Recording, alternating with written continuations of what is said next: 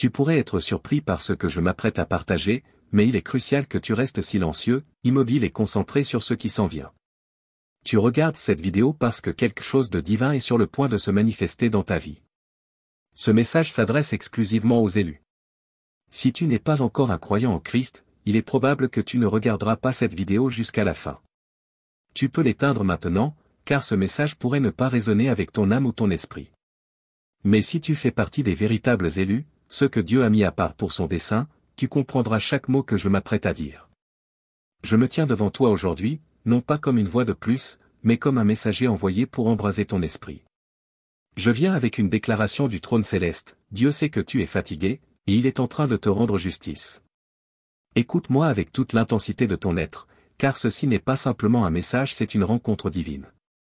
Le ciel a une parole pour toi aujourd'hui, et la voici, Dieu a vu ton combat, et il intervient pour restaurer ce qui a été perdu. Ce n'est pas le moment d'abandonner, c'est le moment de te relever, car ta percée est plus proche que tu ne le crois. Certains d'entre vous traversent des batailles si intenses que vous avez commencé à vous demander si Dieu vous a oublié.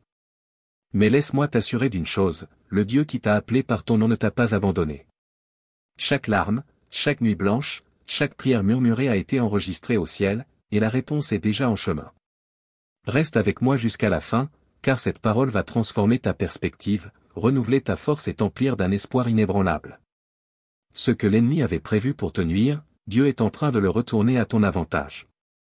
Les rôles sont en train de s'inverser, et la saison que tu pensais être celle de ta chute deviendra le tremplin de ton élévation. C'est ton moment. C'est ton heure. Penche-toi attentivement, car à la fin, tu repartiras non seulement encouragé, mais enflammé d'un feu que rien ne pourra éteindre. Le ciel parle. Es-tu prêt à recevoir? Commençons par reconnaître la réalité de là où tu en es. La vie a cette capacité d'épuiser même les plus forts.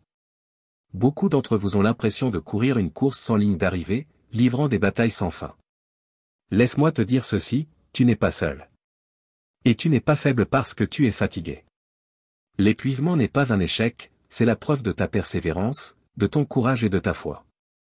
Même l'un des plus grands hommes de la Bible, Élie, dans 1 Roi 19 verset 4, s'est retrouvé sous un arbre, en train de pleurer, « Seigneur, j'en ai assez, prends ma vie. » Élie venait pourtant de remporter une grande victoire, appelant le feu du ciel contre les prophètes de Baal, et pourtant, il se sentait brisé, seul, vidé. C'est le paradoxe de l'épuisement, il vient souvent après des saisons d'efforts intenses ou de triomphe. C'est là que l'ennemi murmure, « Tu as échoué. Tu es fini. » Mais voici la vérité, ton épuisement n'est pas la fin. C'est le seuil d'un nouveau commencement. Dieu te voit, et il est prêt à te rencontrer dans ta fatigue. La Bible nous rassure dans Ésaïe 40 verset 29, « Il donne de la force à celui qui est fatigué, et il augmente la vigueur de celui qui est faible. » Ta fatigue est une invitation à Dieu pour qu'il intervienne, renouvelle ta force et t'emmène plus loin que tu ne l'imaginais. Regarde ce qu'il s'est passé avec Élie. Dans son désespoir, Dieu a envoyé un ange pour le nourrir, l'abreuver et lui permettre de se reposer. Puis, fortifié par cette provision divine, Élie marcha pendant 40 jours et 40 nuits jusqu'au mont Horeb, où il fit une rencontre profonde avec Dieu. Et si ta fatigue n'était pas la fin, mais la préparation à ta prochaine rencontre avec le Tout-Puissant. Bien-aimé, ton histoire n'est pas terminée. Le Dieu qui renouvelle, restaure et ranime est avec toi. Tu as peut-être atteint la limite de ta propre force, mais c'est là que la sienne commence. Le laisseras-tu te porter? Croiras-tu qu'il agit, même dans ton épuisement? Et voici la question que je te laisse, si Dieu a rencontré Élie dans son épuisement et l'a préparé pour ce qui venait, que pourrait-il être en train de préparer pour toi? Et si cette saison de fatigue était le prélude au chapitre le plus extraordinaire de ta vie? L'une des vérités les plus réconfortantes dans les Écritures est celle-ci, Dieu te voit. Quand tu te sens invisible aux yeux du monde, quand tes efforts passent inaperçus, quand tes luttes sont incomprises, le Créateur du ciel et de la terre voit chaque détail de ta vie. Dans Genèse 16, nous rencontrons Agar, une servante rejetée, errant dans le désert, abandonnée, sans espoir. Dans sa détresse, Dieu lui apparaît, et elle déclare, « Tu es le Dieu qui me voit. » Genèse 16 verset 13. Pense un instant, Agar, une servante marginalisée, oubliée des hommes, a été vue par Dieu au plus bas de sa vie. Le même Dieu te voit, toi aussi. Il voit les nuits où tu as pleuré en silence. Il voit les sacrifices que tu as faits, ceux que personne ne reconnaît, ceux qui t'ont coûté cher. Il entend les prières murmurées quand le poids du monde t'écrasait. Le psaume 56 verset 8 dit, « Tu as recueilli toutes mes larmes dans ton outre, tu les as inscrites dans ton livre. » Chaque larme, Dieu l'a vue, recueillie, et aucune n'a été ignorée. Pour lui, elles sont précieuses. Alors, je te pose cette question, si Dieu a vu chaque larme, chaque lutte, chaque sacrifice, que pourrait-il être en train de préparer en réponse? Et si cette saison où tu es invisible aux yeux des autres était le prélude à une révélation divine de son plan pour ta vie? Changeons maintenant notre regard, Dieu ne se contente pas de voir ta souffrance, il agit pour restaurer et rendre au centuple. Il n'est pas un observateur passif. Il est le Rédempteur, celui qui entre dans ton histoire avec puissance. Dans Joël 2 verset 25, Dieu fait cette promesse puissante, « Je vous restituerai les années qu'ont dévoré les sauterelles. » Les sauterelles symbolisent les saisons de perte, de destruction, de recul. Mais Dieu n'en reste pas là, il dit, « Je vous restituerai », ce n'est pas une possibilité, c'est une certitude. Et la restauration de Dieu dépasse ce que tu as perdu. Regarde Job, il a tout perdu, sa richesse, sa santé, sa famille. Mais quand Dieu l'a restauré, il a reçu le double de ce qu'il avait avant, Job 42 verset 10. Mais la restauration divine n'est pas toujours matérielle. Elle peut être une relation guérie, une joie retrouvée, un rêve ravivé, ou des opportunités inattendues. Qu'importe la forme, la restauration de Dieu dépasse toujours nos attentes. Peux-tu lui faire confiance pendant l'attente? Peux-tu t'accrocher à la promesse, même si tu ne vois encore aucun signe de changement? Voici la vérité, le timing de Dieu est parfait. Et ce qu'il prépare en secret en vaut la peine. Alors je te laisse avec cette pensée, si Dieu a promis de te rendre les années perdues, se pourrait-il que ce qui s'en vient ne soit pas simplement une restauration, mais une transformation? Souviens-toi de cette vérité, les épreuves que tu traverses ne sont pas sans but. Dieu t'utilise pour te façonner. Dans Romains 5 versets 3 à 4, Paul nous rappelle que, la souffrance produit la persévérance produit le caractère, et le caractère produit l'espérance. Chaque moment d'épuisement fait partie d'un processus divin pour raffiner ta foi, fortifier ton esprit et bâtir le caractère nécessaire à ton appel. L'épuisement brise notre dépendance aux choses du monde et nous pousse dans les bras de Dieu. C'est souvent dans ces moments de désespoir que nous faisons les rencontres les plus profondes avec lui. Le psaume 34 verset 18 nous rassure, « L'Éternel est proche de ceux qui ont le cœur brisé, et il sauve ceux qui ont l'esprit abattu. » Dieu utilise ces saisons de fatigue et de brisure pour approfondir ta relation avec lui, te rappelant qu'il est ta source ultime de force. Il teste et affine ta foi, une foi qui n'est jamais éprouvée reste superficielle. De la même manière que l'or est purifié dans le feu, ta foi devient plus forte à travers les épreuves. Dans une Pierre 1 verset 7, il est écrit, « Ces épreuves servent à prouver que votre foi est authentique. » Les saisons de lassitude ne sont pas là pour te briser, mais pour affermir et éprouver ta confiance en Dieu, te préparant aux grandes victoires à venir. Voici une question à méditer, et si ta saison de fatigue n'était pas un signe d'échec, mais le prélude à ta plus grande percée? Reste avec moi, et ensemble nous découvrirons ce qui se cache au-delà de la lassitude. Dieu est spécialiste pour restaurer ce qui est brisé, qu'il s'agisse de ta santé, tes finances, tes relations ou tes rêves. Il est le restaurateur suprême. Le psaume 23 verset 3 déclare, « Il restaure mon âme. » La restauration ne consiste pas seulement à retrouver ce qui a été perdu, mais à entrer dans quelque chose de plus grand, en alignement avec le plan parfait de Dieu pour ta vie. Parfois, la rétribution de Dieu n'est pas matérielle, c'est le don de la paix qui dépasse toute compréhension.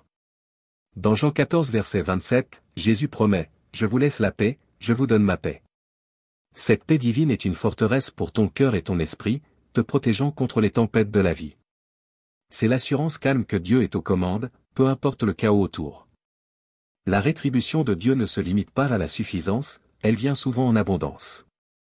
Malachie 3 verset 10 nous met au défi de faire confiance à Dieu avec nos ressources, et sa réponse est extraordinaire. « Mettez-moi à l'épreuve et vous verrez si je n'ouvre pas pour vous les écluses des cieux, si je ne répands pas sur vous la bénédiction en abondance. » Quand Dieu restaure, il le fait au-delà de toute attente, remplissant ta vie jusqu'à débordement. Mais par-dessus tout, la rétribution ultime de Dieu est éternelle. Dans 2 Corinthiens 4 verset 17, il est écrit, « Nos légères afflictions du moment présent produisent pour nous, au-delà de toute mesure, un poids éternel de gloire. » Chaque épreuve, chaque larme, chaque moment d'épuisement prépare une gloire qui ne s'éteindra jamais, une récompense bien supérieure à tout ce que ce monde peut offrir. Pour recevoir la rétribution divine, tu dois te positionner dans la foi, l'obéissance et l'abandon. La restauration n'est pas passive, elle demande un alignement avec la volonté de Dieu, et une confiance absolue, même au milieu de la fatigue. Continue à marcher dans l'obéissance.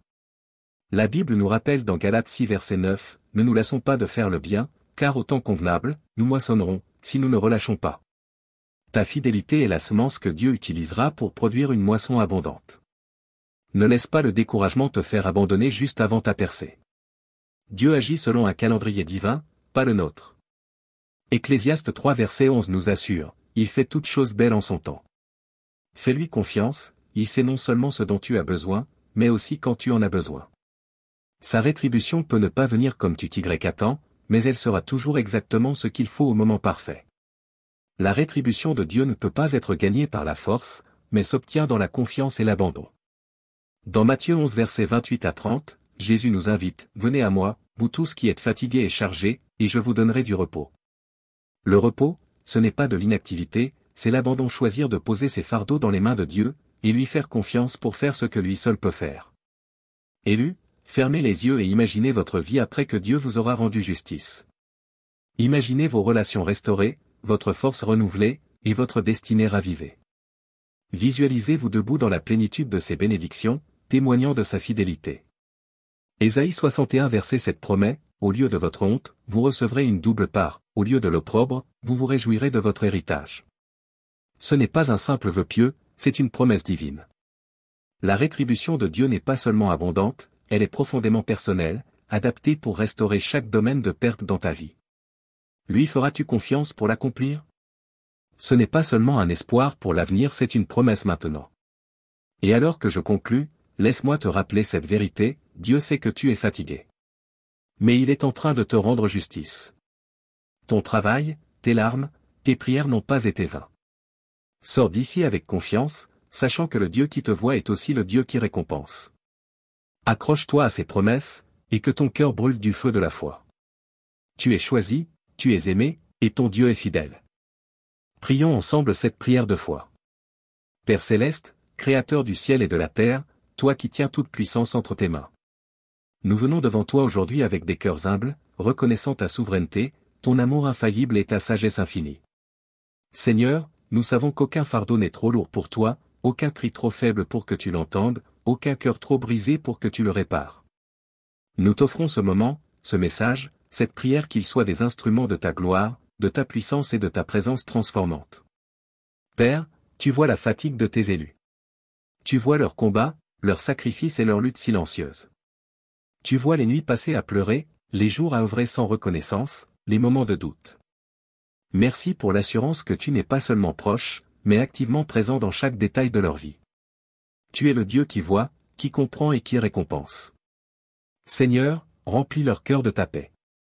À celui qui se sent submergé, envoie ta tranquillité. À celui qui se sent oublié, rappelle ton amour. À celui qui est brisé, restaure son âme. À celui qui est perdu, éclaire son chemin. Souffle ta vie sur chaque cœur fatigué, chaque esprit lassé, chaque corps épuisé. Que ta parole, tes promesses et ton esprit soient comme des eaux vives dans le désert. Tu es le Dieu qui restaure. Ta parole déclare en Joël 2 verset 25, « Je vous restituerai les années qu'ont dévoré les sauterelles. » Nous invoquons ton nom, Jéhovah Jireh, le pourvoyeur, pour rendre à ton peuple chaque instant de perte, chaque larme de tristesse, chaque saison de retard. Pour les années de labeur dans la foi, pour les prières en secret, pour les semences arrosées de larmes, nous demandons une moisson de joie, une moisson de percée, une moisson d'abondance. Restaure leur santé, Seigneur, car tu es le grand médecin. Restaure leurs finances, car tu possèdes le bétail sur 1000 collines. Restaure leur famille et leurs relations, car tu es le Dieu de la réconciliation. Ô Dieu, toi qui tournes le cœur des pères vers leurs enfants. Toi qui réconcilies les cœurs brisés, viens restaurer leurs rêves. Ces rêves qui semblent morts, ces visions qu'ils ont abandonnées, ces appels qu'ils ont oubliés. Souffle une vie nouvelle sur tout ce qui a fané. Père, fortifie leur foi. Ta parole nous dit dans Galates 6 verset 9. Ne nous lassons pas de faire le bien, car au moment fixé, nous moissonnerons si nous ne nous relâchons pas. Seigneur, je te prie de leur donner l'endurance pour continuer. La force pour rester debout. Et la foi pour croire que tu agis, même lorsqu'ils ne voient rien. Aide-les à faire confiance à ton calendrier parfait. Sachant que tu rends toutes choses belles en ton temps. Seigneur, nous te prions pour la clarté divine et la direction. À celui ou celle qui se sent perdu ou incertain, éclaire son chemin. Ta parole déclare dans le psaume 119 verset 105. Ta parole est une lampe à mes pieds, une lumière sur mon sentier. Guide-les, Seigneur, hors de la confusion et dans leur destinée. Ouvre leurs yeux pour qu'ils voient les portes que tu es en train d'ouvrir. Et les opportunités que tu es en train de créer. Qu'ils entendent clairement ta voix leur dire. Voici le chemin, marche-y. Père, libère tes bénédictions en abondance. Merci car tu es un Dieu qui donne généreusement. Ta parole dans Malachie 3h10 promet que si nous sommes fidèles, tu ouvriras les écluses du ciel et déverseras tant de bénédictions qu'il n'y aura pas assez de place pour les contenir. Seigneur, nous te demandons un débordement dans leur vie, pas seulement des bénédictions matérielles, mais une abondance spirituelle. Remplis-les de ta joie, de ta paix et de ton amour. Fais déborder leur coupe, afin qu'ils puissent être une bénédiction pour les autres. Seigneur, nous prions pour un esprit de gratitude et de louange, même dans leur lassitude. Aide-les à lever les yeux vers toi, l'auteur et le consommateur de leur foi. Rappelle-leur ta bonté, ta fidélité et ta capacité à tout transformer pour leur bien. Que leur cœur déborde de reconnaissance. Sachant que tu fais concourir toutes choses pour leur bien. Maintenant Seigneur, nous prions spécialement pour ceux qui agiront avec foi. Pour chaque personne qui choisit de s'abonner, d'aimer et de partager ce message. Père, je déclare une double portion de bénédiction sur leur vie. Que leurs simples actes d'obéissance multiplient cette parole pour toucher des millions de cœurs. Apportant l'espoir, la guérison et le salut. Récompense-les, Seigneur, pour leur fidélité. Ouvre de nouvelles portes d'opportunités dans leur vie. Bénis le travail de leurs mains. Et entoure-les de ta faveur comme d'un bouclier. Qu'ils voient le fruit de leur soutien. Non seulement dans la vie des autres, mais dans leur propre vie aussi. Seigneur, je déclare la percée sur chaque auditeur. Je proclame la liberté pour les captifs. La guérison pour les cœurs brisés. Et la restauration pour les âmes fatiguées. Je déclare que les chaînes se brisent. Les forteresses tombent. Et que des recommencements voient le jour. Je proclame que chaque retard se transforme en accélération. Chaque recul en mise en place d'un témoignage plus grand. Et chaque larme en source d'eau vive pour rafraîchir leur âme. Enfin, Père, nous te remettons tout. Nous déposons notre fatigue, nos peurs, nos espoirs et nos rêves à tes pieds. Prends-les Seigneur, et fais ce que toi seul peux faire. Nous te faisons confiance. Nous croyons en toi. Et nous nous tenons sur tes promesses. Que cette prière allume un feu dans chaque cœur. Une passion pour ta parole. Et une faim pour ta présence. Que ce soit le point de bascule pour ceux qui étaient sur le point d'abandonner. Père Céleste, nous te remercions. Merci d'être le Dieu qui nous voit. Le Dieu qui nous fortifie. Et le Dieu qui nous récompense. Merci pour les témoignages qui vont naître de ce message. Les vies qui seront transformées. Et la gloire qui sera rendue à ton nom. Nous scellons cette prière dans le nom puissant, incomparable et victorieux de Jésus-Christ. Et nous déclarons avec foi et assurance. Amen. Amen. Et Amen.